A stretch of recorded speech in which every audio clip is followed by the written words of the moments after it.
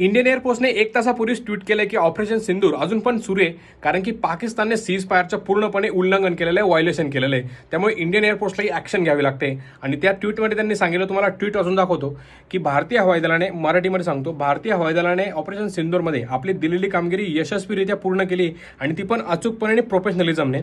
आणि त्यांनी पुढे शेवटी सांगितलं, जे महत्त्वाचं ते तुम्हाला सांगतो, की सध्या कारवाई अजून सुरूच आहे आणि त्यामुळे सविस्तर माहिती त्यांची जी ब्रीफिंग असेल मीडियाची, मिनिस्टर ऑफ एक्सटर्नल अफेअर्सची जी ब्रीफिंग असते रेग्युलरली, त्यामध्ये ती सगळी माहिती देतील आणि इंडियन एअरफोर्सच ती माहिती देणार आहे. त्यामुळे त्यांनी सांगितलं शेवटी, की सर्व नागरिकांना विनंती आहे की अफवा पसरू नये आणि चुकीची माहिती कुणालाही पसरू नये, कुठेही पसरू नये सोशल मीडियावर. त्याचा फायदा पाकिस्तान घेऊ शकते. आणि जुने जे व्हिडिओज आहेत आपले इंडियन एअरफोर्सचे, इंडियन आर्मीचे, ते कुठेही शेअर करू नका किंवा ते व्हिडिओज वापरू नका, ते कोणालाही पाठवू नका. त्याचा पण फायदा पाकिस्तान घेऊ शकते.